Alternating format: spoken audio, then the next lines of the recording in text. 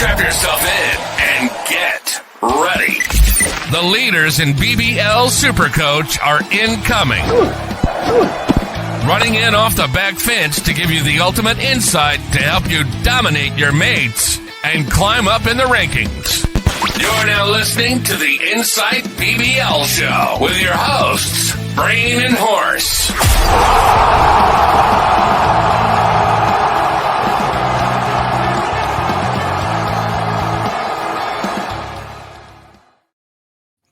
Yes, g'day guys. Welcome back to another Insight BBL show. As always, I'm the Supercoach Brain, joined by my co-host, the Supercoach Horse. Big episode coming up, mate. We're talking points of difference, which could make or break Supercoach, really. Yeah, absolutely it does. You've got to have something different within reason to separate you from the rest of the crowd. So Braino and I have put our heads together and done some research as to who we think are the top 10 pods and top 10 anti-pods for BBL 14. So to classify, pods, point of difference is the acronym there, but anti-pods is not a word that's often used. Anti-pods is kind of like a popular player that you would fade because you don't believe that they're maybe going to live up to the hype. So there's a few here on this list of anti-pods that we're going to be going against the crowd. Now, I want to say that you don't just go and pick a pod just for the sake of having a pod. I think you genuinely need to believe that they're either not going to be as good and you want to fade them, or they are going to be fantastic and everybody else is just letting them fly under the radar. So you've got to have that true belief that this player is going to be much better than the popular options that are already being picked. Otherwise, you're just picking a pod for the sake of having a pod, and that's nightmare fuel, I think, if you want to be good at Supercoach. I think you're absolutely right. You've got to have your pod who you believe you think is going to be good, is going to score, will have the role. But also, you know, we're talking weather, conditions, ground that they're playing at. There's a lot of things that come into consideration when we're talking pod territory. Nathan and I will be bringing that each round of BBL 14 this year. So stay tuned for that. Yep, absolutely. Looking forward to ripping into that. But guys, before we jump into the content, please like the episode. It helps us get it out to more people, and hit that subscribe button so you don't miss any of our future videos and content. And of course, if you're listening to us on audio, whether it's Apple or Google or Spotify, I don't even know if Google Podcasts are a thing anymore. I think it's YouTube Music. Hit the follow button and leave us a 5-star review. Again, it helps us get out to more ears and eyes. And of course, if you like some free stuff, you can win some free stuff and join our Unlimited League. The code is 650202. We're going to be giving away a Supercoach Champions ring for the winner of that league. And Standard Squeeze have come to the table like they do every single year. Legends, the Standard Squeeze, OG sponsors of the show. And they're going to be giving away a 4-in-1 or a combo pack if you get the highest score of that round. So, yeah, plenty of stuff to win from the Standard Squeeze and SC Ring. So thanks to them for their support. Mate, first of all, we should touch on the Patreon. Lots of stuff happening over there. We've got some articles that are exclusive to our Patreon subscribers that are coming out daily at the moment. We're doing our top 10 rankings of each position, and we'll see how close we get at the end of the season, Horse. I'm actually really enjoying writing those up. Yeah, absolutely. It's new for us, given that Patreon's only been going for a couple of months for us, but we're really enjoying writing the content and digging into not just the face of Supercoach or BBL Supercoach, but really get into the nitty-gritty, studying the numbers, studying the players, and trying to find the best value we can, not just for us, but for our subscribers. So you will get everything that we do. That's it. And you can join, and everything that's included, we'll let this guy let you know what it's all about. Want to take your Supercoach game to the next level?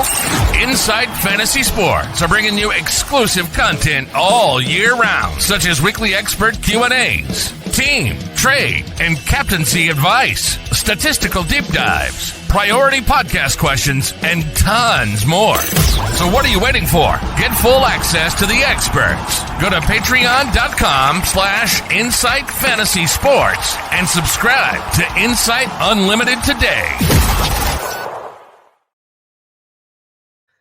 And I'll add those Q&As go live inside the Patreon for all of our subscribers to answer their questions before every round. So, yeah, plenty happening inside there. You can become a sub for less than $6 a month. So just what is it? It's a cup of coffee. What's your normal coffee? What's your normal coffee order, Horse?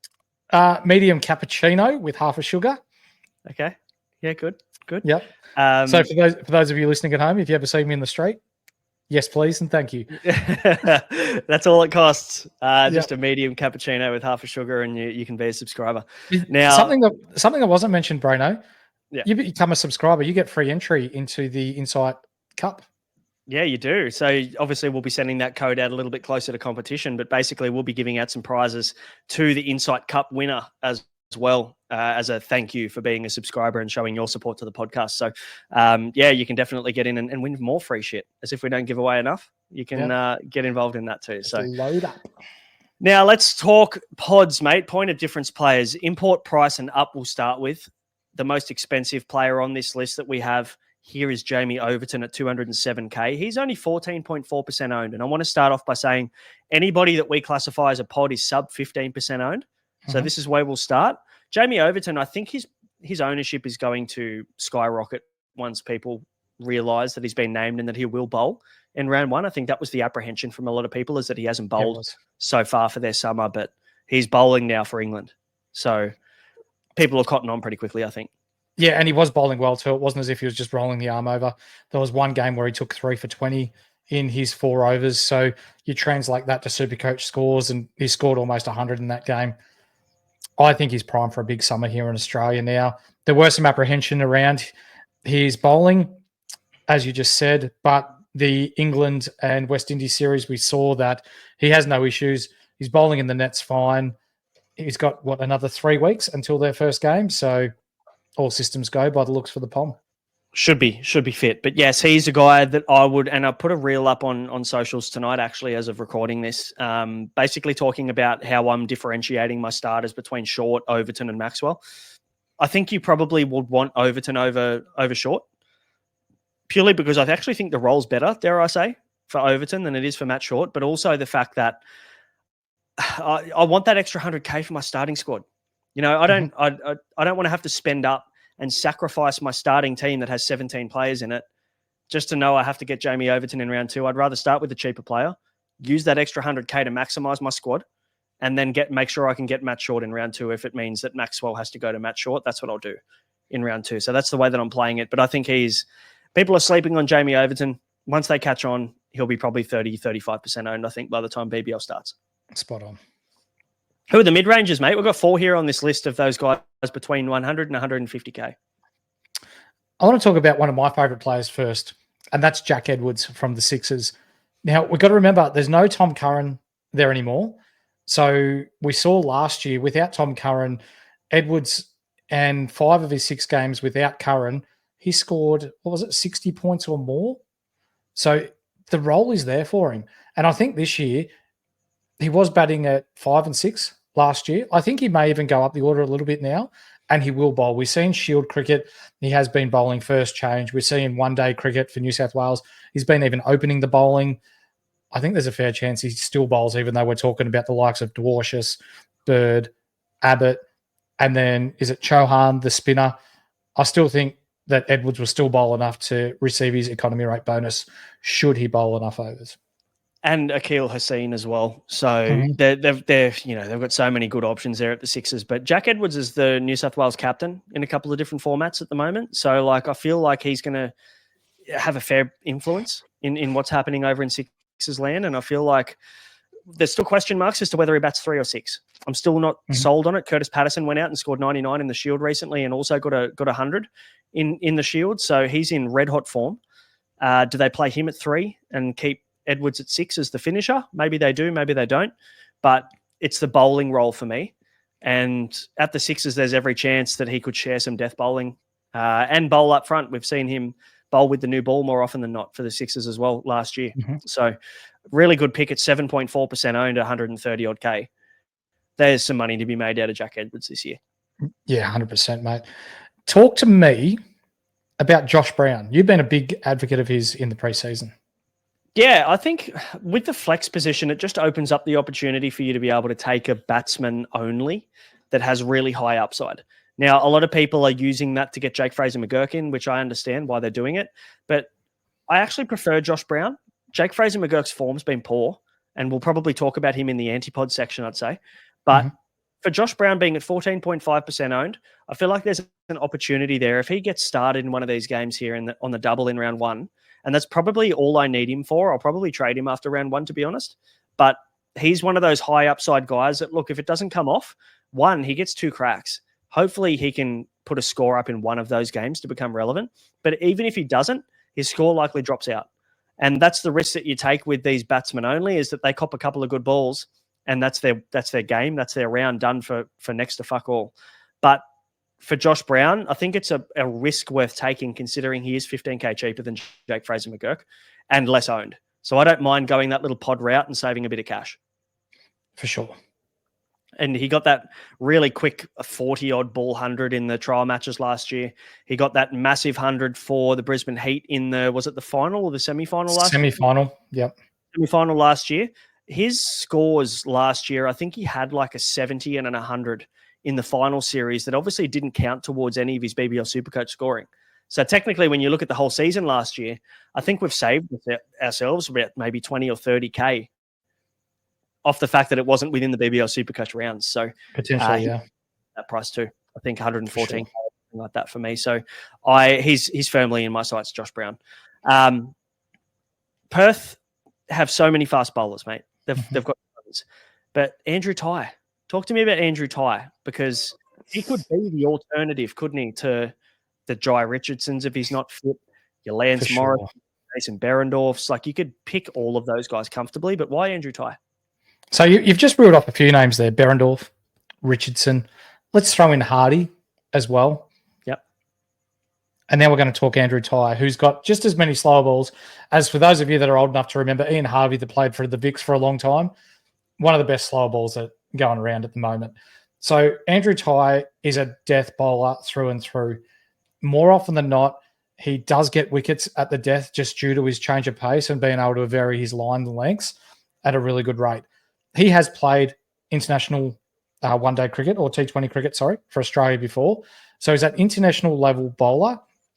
And over in Perth, I think that he will be taking wickets. He had a bit of a ordinary finish to the year. I think he scored 8 in the last round, which effectively killed my chances of finishing in the top 1K. But this is a player that I think he's got massive upside. He's priced at 130K, and he has been priced at north of 180K in the past. So, yeah, there's value here with Andrew Tye at only 5.4% owned. And the one thing that we haven't talked about much with AJ Tye is his fielding, because he has taken some incredible catches over the years, and also is in hot spots in the field. He's always in the game when it comes to fielding. He'll always find a few catches. He is a guy that is probably a better pick in that regard in terms of role than Jai Richardson. It's just we know how damaging Jai Richardson can be, and you're looking for that upside. So we're talking about Andrew Tye. Yes, he scored 9 in that last game against Sydney, but the game before that he scored 146. Yeah. I remember not getting him, and I was kicking myself that I think I chose Lance Morris over AJ Tye, and he did fuck all for me in that last round. But yeah, a really good move for anybody who got on him with 2 rounds to go last year for sure. This last guy, mate, in the mid-range, in this 100 to 150K is Fergus O'Neill. I love him. Yeah, I'm a big fan of him, and we're looking at recent form horse. Mm-hmm. When you're comparing Kane Richardson, Fergus O'Neill, and Tom Rogers, now Fergus O'Neill on form is the guy that is way above everybody else. Mm-hmm. You mentioned, I think in the previous episode on undervalued players, that Kane Richardson's only played, I think, 5 games since BBL 13, which is a big 1 concern. game since February this year. Yep. Well, there you go. That's a big concern for sure. Tom Rogers has taken 5 wickets in his last 10 games across all formats at 55 runs per wicket. So definitely not lighting it up at the moment. Whilst we still think he's going to have a bounce back year, I still believe that. Fergus O'Neill has taken 27 wickets in his last 10 games at 20.9. Now, if that doesn't scream form bowler of the competition right now, I don't know what does. And with the stick, he's making runs as well. He is. He's definitely contributing with a 30 or a 40 here and there too. So, yeah, he'll bat above Kane Richardson. He'll bat above Tom Rogers. Oh, no, Tom Rogers will bat 8, I think, and Fergus O'Neill will bat 9. Regardless, I think Fergus O'Neill is a fantastic pod option at 10.6% owned. Mm-hmm. Yes, Tom Rogers is less owned, but I think there's a reason for that. I think Fergus O'Neill could be a bit of a passing of the torch or passing of the baton a little bit, really. I think you're right. He's one of the form bowlers in Australia cricket at the moment, and at 107K, plenty of value there. Yeah, I like it. Mate, we should give Ryan from Astute Newstead a shout out, the sponsor of the show. So the show is brought to you by Ryan from Astute Newstead. For those of you that are yet to get into the housing market, or maybe you're looking to decrease your rate, maybe your rate is above 6.2% and you want to get that interest rate down a little bit, then Ryan's your man. All you have to do is contact him. His link is in our link tree in the description below. You can fill out an inquiry form and he will do all of the heavy lifting for you. Just let him know that we sent you and you'll be well looked after. He obviously doesn't collect any fees from you either. So it doesn't cost you a thing. He gets paid by the banks. So it's basically risk-free. Go to him. Just have a chat with him about your situation, whether you're looking to spend some cash, whether you're looking to refinance or borrow some extra money to do an extension or whatever it be. Ryan's your man to look after you from Astute Newstead. So hit him up. And Horse, we've both used him personally. So we can, speak from experience with Ryan. We both know him personally, but he is a very good operator when it comes to this sort of thing. You give him the information, he does all the work for you. You just sit back and you get the funds that you require to build your forever house or your extension that you need or your cars or whatever. I can't recommend him high enough. 100%. Let's move into the cheapies, mate. We've got 5 on this list, 5 pod options that can make you some good money. And the first is Matt Renshaw. We've talked about him a fair bit in previous episodes, 14.3% owned as of recording for the Brisbane Heat. He will probably bat 3, I would like to think now, with Nathan McSweeney out of the team and in the test squad. I think you're spot on. Now, we're talking about an international cricketer here, Braino. Someone who only a couple of years ago was opening the batting for Australia and has made centuries this year in Australian cricket. So we're talking about someone at 80K who's in form with the stick, who's going to be batting at 3 for the Heat. I like it. Hard to go past him at 68K. That's probably the kicker for me, is just how cheap he is.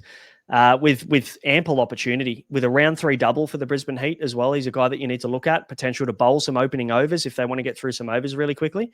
He's done that in the past for them. So I'm really hoping that we can see a bit of a bounce back. I think we mentioned in the previous episode, in 4 of his last 6 seasons, he's averaged 42 plus and he's priced at a 28. So that's a value in itself, but a guy that can also score you pretty well, especially in a double, because he's done that in the past a couple of times too. I faded him and he's hurt me by not owning him when the Heat have a double. 100%. Henry Thornton, again, we probably don't need to go into too much depth with Henry Thornton as to why we like him, but he's only 11.9% owned, which is really surprising for me. Yeah, it is. We've spoken about him a lot. And that 260 that he scored a couple of years ago, which both you and I missed out on. But he has a massive upside. And this year, without David Payne and Wes Agar, he's probably the number 1 quick there. He is, I think.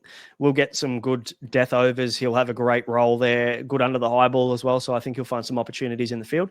So yeah, stay tuned on Henry Thornton. He's a guy that you'll want in your squad with the round 2 double for the Adelaide Strikers. Talk to me about Ashton Turner, mate, because you're probably the president of the Ashton Turner fan club at the moment in the preseason. Absolutely. What's the reason there?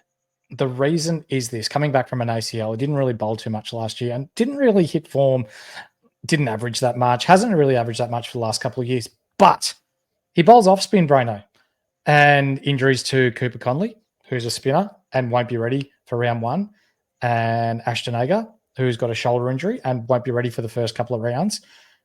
Ashton Agar bowls spin, and there's no real spinner in the Perth Scorchers squad with any credentials in a T20 format. I think he bowls, and he gets through his overs quite well, and he'll be batting at 5. Yes, he's a 70K bat only, but I think you'll see that he'll bowl a bit too. And look, if Josh Inglis doesn't suit up and they keep him in this test squad there and they don't release him, Ashton Turner could bat as high as 4 as well. He could slide up into Inglis's spot. There is Matthew Spores, who is a 58K bat bowl all-rounder in Supercoach that could come in and he bowls spin. So he could be picked to replace one of these all-rounders in Agar or Connolly. But I do like the Ashton Turner pick, and a guy that you could more than happily play as a bench emergency in round 1 with minimal risk. Absolutely. And the promising thing around Ashton Turner is that he's bowling at Sheffield Shield level at the moment as well. So he is getting the overs in. And I think he just scored 70-odd in the Shield recently in the first innings. 70-odd in the first innings, and then made a runner ball 24 off 21, I think it was, not out in the second dig.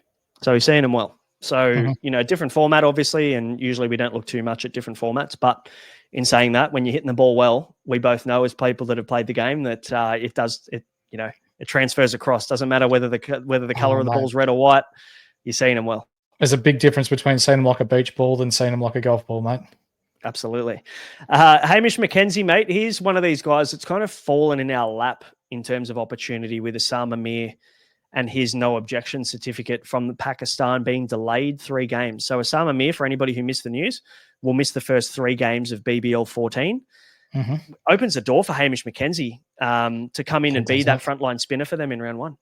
He actually bowled quite well for Perth when he got a crack too. So now that we get to see Hamish McKenzie potentially in round 1, playing on that double at 4.4% owned, this is real pod territory. And he just took 7 for in a recent 2-day match, I think it was. So in grade cricket. So definitely bowling quite well at the moment. A guy you might want in your left team. Armour too. Yeah, left arm Chinaman. Mm-hmm. I think he will be very well owned at 69k giggity if he is picked in round 1. So 4.4% owned will go up plus 20%, I think, if this all comes through at the end. But mate, we've mentioned this guy as the person to wrap up the pods list. Give us a rundown on Tom Rogers. Well, he hasn't. Tom Rogers, the Renegades Tom Rogers we're talking about. So he hasn't really been in that good of form, but in previous years, he's been the main strike bowler for the Renegades in T20 cricket. Last year, a bit of a down year for him, but when we're talking about the likes of Will Sutherland, and yes, Sutherland's come out saying that he will aim to bowl in round 1, but if he doesn't bowl, you've got the likes of Rogers, you've got the likes of Fergus O'Neill. I'm probably a little bit off Kane Richardson, 34-year-old, getting a bit older. His body's breaking down a little bit, has been known to rest in double game weeks as well. Maybe Tom Rogers steps up again and goes back to that form cricketer. Did he average 57 in the 2 years prior? Yeah, mid-50s for the 2 seasons before that. And I think we all remember that 5 for 20 that he took against the Melbourne Stars when Adam Zampa man-catted him. Right. That kind of spurred this big Tom Rogers revenge tour kind of thing, didn't it? Where he absolutely fucking tore them to shreds in the second innings. So he's very capable of taking quick poles, and he is still their frontline guy. He is their guy that they will go to. But again, we mentioned with Fergus O'Neill, there is a chance there that there's a bit of a passing of the torch, and I still believe that's going to happen. But there is no reason to suspect why Tom Rogers and Fergus O'Neill both can't score well, especially round 1 double. Speaking of Zampa, have you seen that haircut? Yeah, slim shady, isn't it? A bit of blonde about it. A little bit. That's a typical Zamps thing too. He just loves being different. So I think it suits him to a certain degree. But let's see if it makes him any better as a player.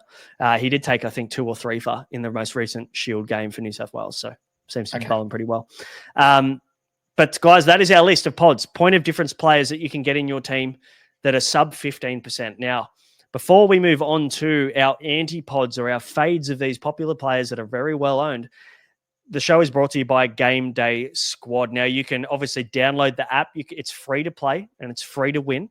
You can download the app for free. It doesn't cost you a thing. You can go in and you can basically build your own squad. For anybody who's played my team formats on PlayStation, whether it's NBA 2K, Madden, FIFA, very similar game where you will compete against everybody else and everybody else's teams that you've set up week to week. And the beauty of it is that if you miss week 1, you can still just go and make a team in week 2. So it doesn't actually punish you overall. You can still win weekly prizes.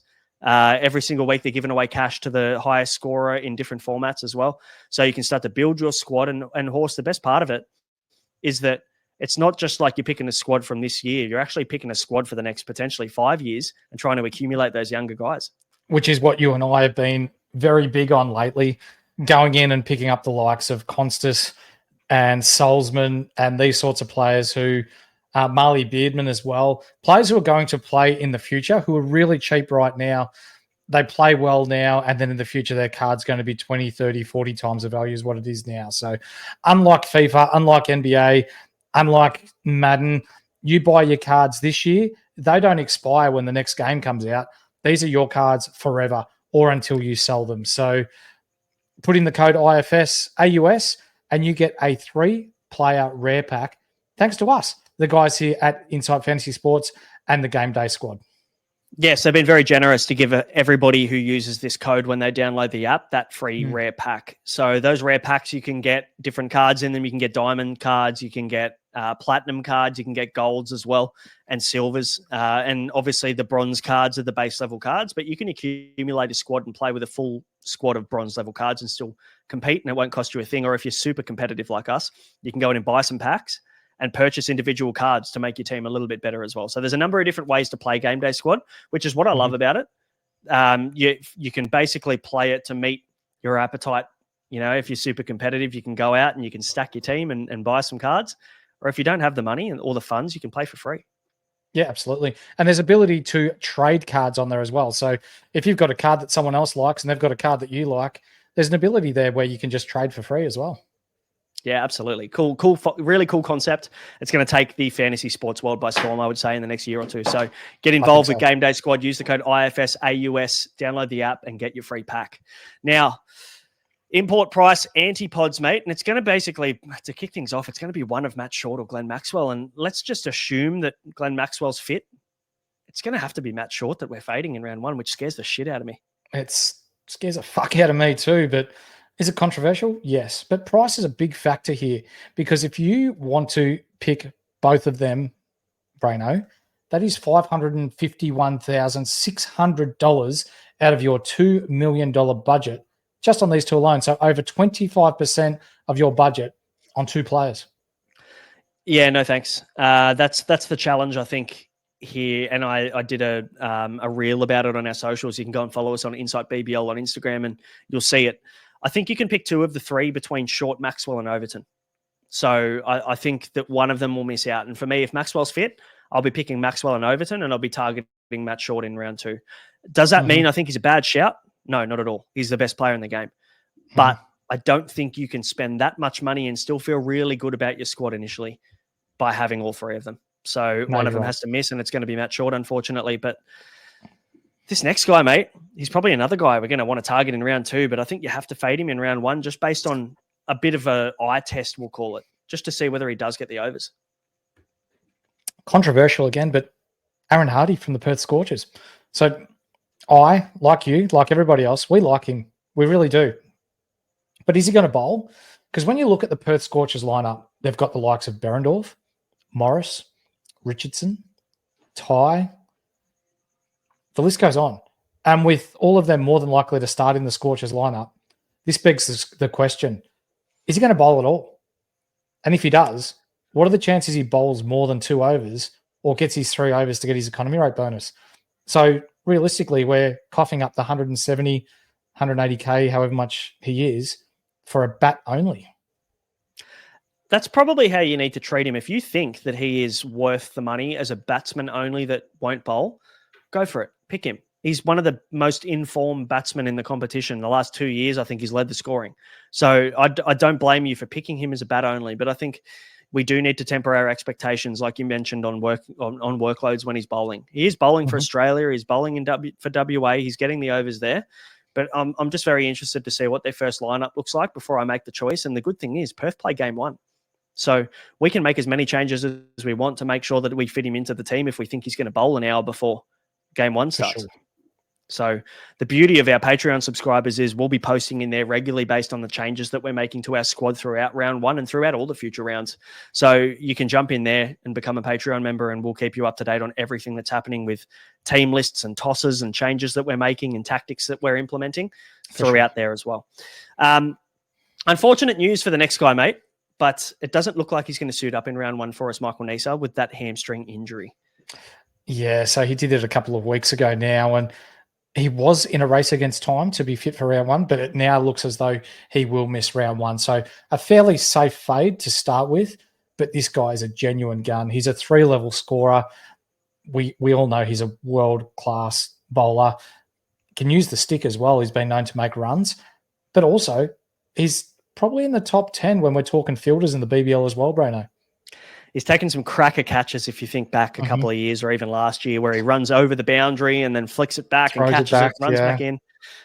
He's one of the best in the competition, dare I say, the world at doing that. So he's a guy you're going to want to look at if he's fit come round 3 when the Brisbane Heat have their double. He's a guy that probably almost becomes a must-have. But I want to see what his fitness looks like coming into that week because, round 3, the Sydney Sixers also have their double. So you're going to have to plan your trades a couple of weeks in advance to make sure that you have the targets that you need ahead of that week. So let's hope he's fit for round 3 and he gives us another option there to look at. Import price, tough, mate. But 3 fades, 3 guys that we all think are going to do well, but initially there's question marks around them. So the next couple of guys, mate, that we're pretty off in the mid-range between the 100 to 150K mark. And the first one, we've already given a hint to who this is Jake Fraser-McGurk. 40% owned at the moment. And I did a post on socials yesterday on his form across multiple tournaments. And he averaged, I think it was 16 in the US tournament over there, the T20 tournament, the Major League Cricket tournament over there, with the bat, 16 with the bat and 8 knocks. And then he averaged 13, I think, for Australia in the Pakistan series across the T20 in 1 day. So the form for him is putrid. Is that enough for you to say no, thank you? Yes. I always feel nervous fading a guy like this because last year on the podcast, I think I called him like the next Glenn Maxwell, which is a really big call. But he has the potential to be that kind of a devastating hitter. And we were saying off air before we started recording this one that it's hard going against a guy like this because you just know that there's going to be a game where he comes out early and just fucking smokes them to all parts and makes us look silly. The issues with Fraser-McGurk's game that I think he'll learn during time is that he needs to learn to bat at different levels or control his aggression at different times throughout an innings. So we see at the moment he's just bullet a gate with everything, like he's trying to smack everything to the boundary or over the boundary. If he can learn to hit his couple of boundaries each over, but then to work the singles and start turning the strike over, that will turn him into a devastating cricketer, even more so than what he is now. He's not seeing him well at the moment, but once he takes that next step, I don't think there's any way that you can fade him. No, he needs a couple of extra gears in his game, but once he finds those, I'll tell you what, he's going to be one of the best batsmen. He'll be definitely a feature in all the white ball tournaments for Australia for sure. But yeah, to start the season, I'm happy to go Josh Brown over Jake Fraser-McGurk to kick things off.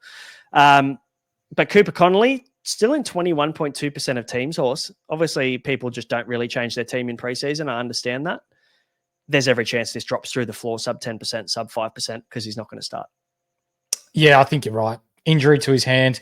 We saw that when the Pakistani quick, can't remember who it was, got him on the hand. The ball went down to third man, went straight off, and turns out he had a break. I don't think he's ready for round 1 by all reports. So unless you're planning on using him as a loophole, you've got other players who are 80K cheaper to use as a loop. So it's a big no-no from me.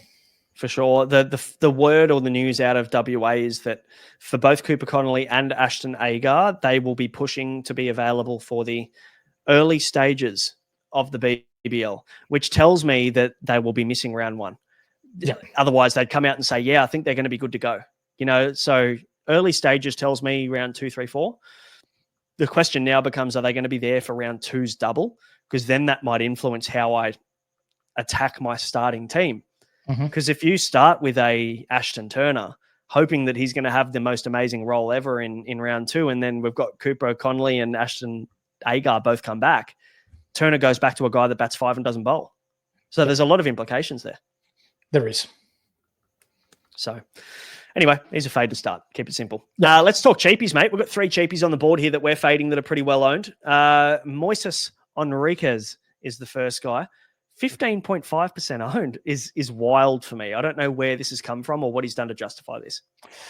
No, so the Sixers captain bats himself at 3 to 4 every year and rarely bowls. Like he used to be a fairly nice medium pacer, medium fast bowler, but now we're just picking him as a bat only, even though he has that DPP ability.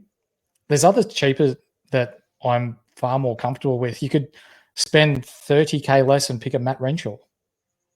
Yeah, I don't get the pick. I think maybe the DPP, the dual position, is maybe the part that's playing here. But fuck, man, like just go and pick another DPP that's a bit cheaper. There's a few there. I just don't understand the pick. Especially, look, if the Sixers had a round 1 double, okay, all right, maybe I can live with it. But you're waiting 2 rounds for him to do anything on singles where he won't bowl and bats 5 or bats 4. So yeah, way too many question marks for me on Moises Henriques, but yeah, definitely not starting with him. Kane Richo, we've probably talked enough about him in previous episodes as to why we're not picking him, but is there anything else you wanted to add? Not really, just the fact that he's played one game since the 6th of February this year. And when we're talking about an elite level that is the BBL competition, having one game of cricket, it's just not enough. No. I'm concerned that he doesn't play the maximum amount of games. And look, all we need him to do is probably play the first 3, and you can justify it. If he's doing really well, you hold him for the round 4 double for the Gades. But otherwise, I would rather just target one of the other quicks. I've said that on record now, so I won't double down. I won't continue to talk about that. But yeah, Kane Richardson's in the fade at 20.2% owned. For sure. What about this last guy, mate? Because he's just got, I don't know what it is about Tim David, but he continues to get picked for Australia. He continues to get picked in Supercoach formats and just hasn't really done anything for a while now to justify that. No, there was one year where he averaged 51, but in the other 3 years, it's 26, 30, 24. Now, I'm going to throw a question to you because this may change things in the Abu Dhabi T10 tournament that's going on at the moment. He's been batting at 4 and just scored a 38 off 18 balls for his representative side over there. With Mac Wright being out the early stages of this tournament, is there any chance that we see Tim David rise up the order? I think I still have. I've got him at 4 or 5. I just, even there, I don't care. As bad as that sounds, like, yeah, sure, he could be okay. He could have one knock where he goes ballistic, but it's the Hurricane schedule. We've mentioned it in previous episodes. It's terrible. If he had a double in the first couple of rounds, I can understand the move. I get it because you're picking a high upside guy that's relatively cheap. He can go bang and get you 100 in a single. But I just feel like there are so many better options that could make me more cash and also have doubles and could score better on those rounds than Tim David. The question mark becomes, does he bowl? Because he has bowled those little offies. He's got a very similar kind of role to Matt Renshaw in that regard, that he'll get through a couple of overs every now and again. But at the Hurricanes, they've got Dooley. They've signed Peter Hatsoglu if they wanted to pick another spinner. Chowdhury. And they've got Nikhil Chowdhury. So I don't know whether they even need him. Nikhil Chowdhury seemed to be the guy that bowled in the power play last year, not Tim David. That's right. So, yeah, the appeal is not there for me at all with Tim David. And look, I might eat my words. He's a guy that can hurt you, but I just don't think he can do it consistently, and the numbers have supported that. That's right. What's going on here? I don't know. Harry Nielsen is 14.6% owned. I apologies to everyone because we said the Anti-Pods has to be over 15%, but fuck me. Harry Nielsen, a wicketkeeper who bats at 9, being owned by 14.6% of the community. Why? He won't even play the double in round 2 because Ollie Pope will come Ollie back Pope and take will be the glove. back. Yep. So you're picking a guy that's going to play a single in round 1 and then disappear into the abyss. And I understand the tactic if you're thinking this deeply, that he could just become your loophole for wicketkeeper if you didn't like Jake Doran. But fuck, just free up the cash for Jake Doran. It's 19K in the bank. That's right. He probably won't play. And if he does, he's dirt cheap. So it's not really going to ruin anything. He'll make you money. It may be the difference between you being able to play Maxwell and Short in round 2. Spot on. That money is going to be crucial in round 2. I'll tell you what, there are going to be some people making some, there's going to be some regrets, I think, from a few people with starting picks that fall short and can't get, see what I did there? Fall short and can't get Matt Short and Glenn Maxwell. Nice. Yeah, did it by accident actually, but yeah, Harry Nielsen, get him out of your team, please. Just get Joe Clark and Doran if you have to, if you wanted to go super cheap. But that's the Anti-Pods, mate. Is there anybody else that you wanted to add in, or you reckon we've covered it? No, I think we've done pretty well there.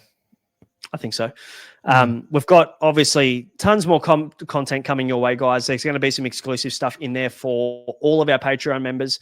You can become a free member inside the Patreon as well. We're going to be releasing some free articles as well as some paid ones for the subscribers. So if you want to kind of get a taste test on what it's all about, you can jump in there, become a free member, and check out all of the free content in there to wet your whistle, so to speak. And then if you think it's worth the $5.95 a month to upgrade and check out all of our paid stuff, you can do that as well to support the show. Horse, any final words, mate, before we wrap this one up?